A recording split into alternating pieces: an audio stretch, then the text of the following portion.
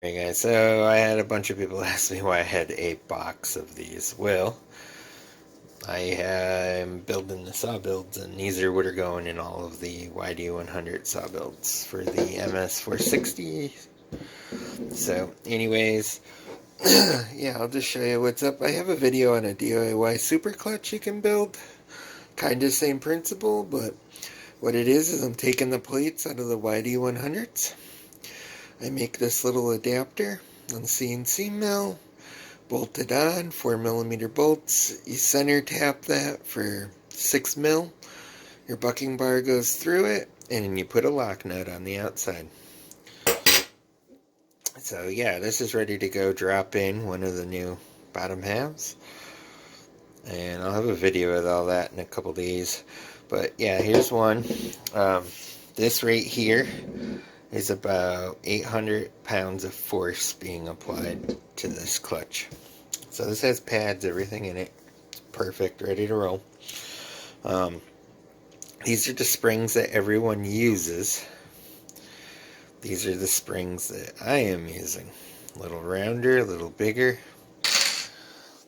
A little more support too for the plate to grab and whatnot. So, anyways, even though these are quite a difference height-wise, I know a lot of people are scared to go with something like this because they're like, oh, it sticks out too far, it'll get your leg. Well, here's the one that everyone uses, and here's the springs of how I'm setting these up. They are the same height right out of the gate. Alright. So, what I found is you put these springs in, and it's about 600 pounds of force on the clutch. Right now, I got about 800 on this. And it's twice as easy as 3 of those. And what it is these have so much more travel to them, and they're halfway compressed.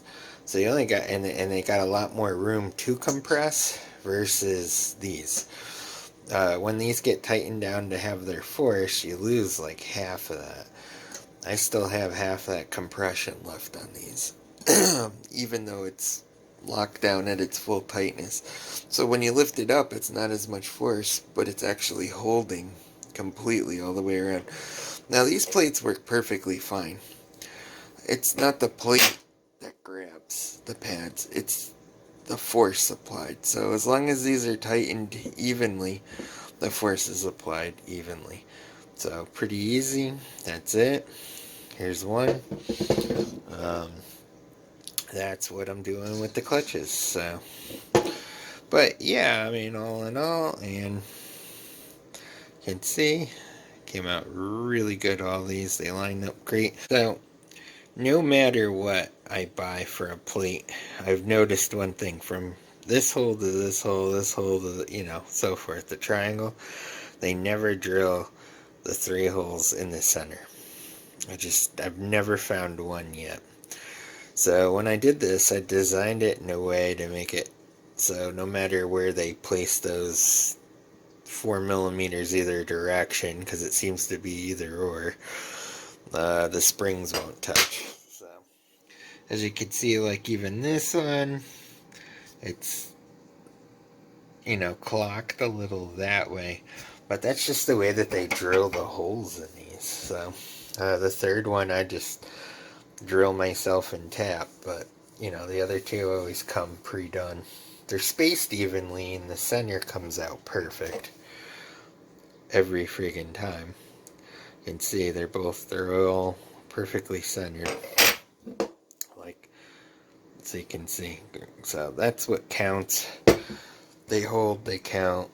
Not doing it for a bling effect here. I'm doing it for function and easy to make a ton of them. So, but anyways, yeah, these are some really good high-end springs. They're not like the crappy China ones. So they're all made in the USA. These are actually 5/16 20 bolts, or 18, I'm sorry, 5/16 18s. They're the AHB ones, so they're pretty hard, pretty good. They're in. But yeah, I've got these ready to roll, drop in, and alright, peace.